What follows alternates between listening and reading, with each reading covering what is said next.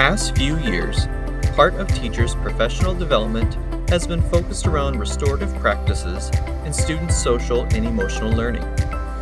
One method that teachers have been utilizing are circles.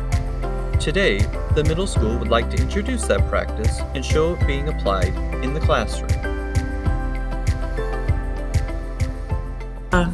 We do have norms for the circle, and we've usually reflected on those before we begin, and now I do ask the students to say those before we start. So we get into the questioning. We have a talking piece. Happens to be a stress ball. There must be some stress because it's been picked at. There are holes in it. But we have a stress ball that we use to pass around the circle, so we focus on who the speaker is at that time. A student is able to pass and come back.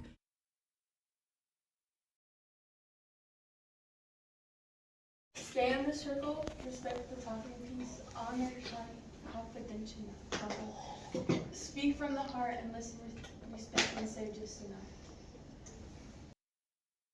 Find out things about each other that make them laugh, or a student and I find out that we have something in common at Christmas time that ends in a high five.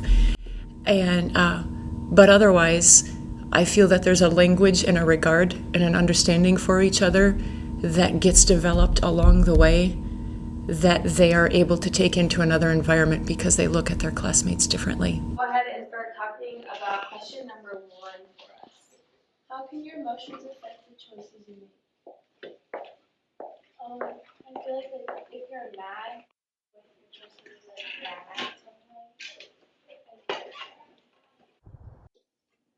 Some people hide their emotions so they can't bring people down. Like, I usually meditate.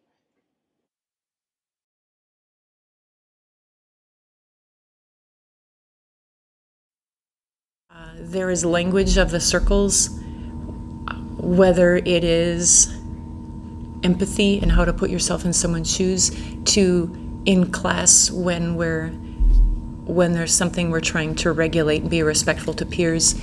There is some language we can use in there that I feel establishes a framework for the kids, that they know about. I should be thinking about people. You know, what I'm doing right now in this moment might be about me, but I've learned the thoughts and the perspectives of other people and how what I do affects other people.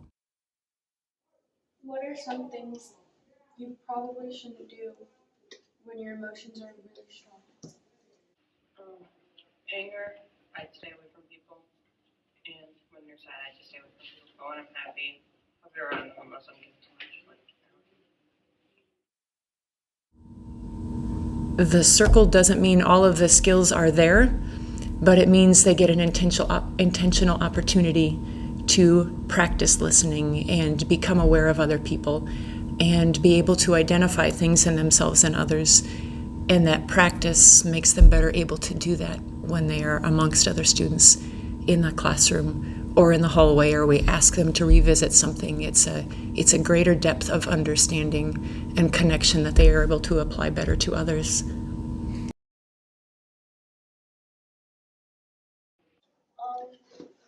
thing really for me is like I have to watch my friends and like picture, like ask them if they're okay because they might be hiding their emotions.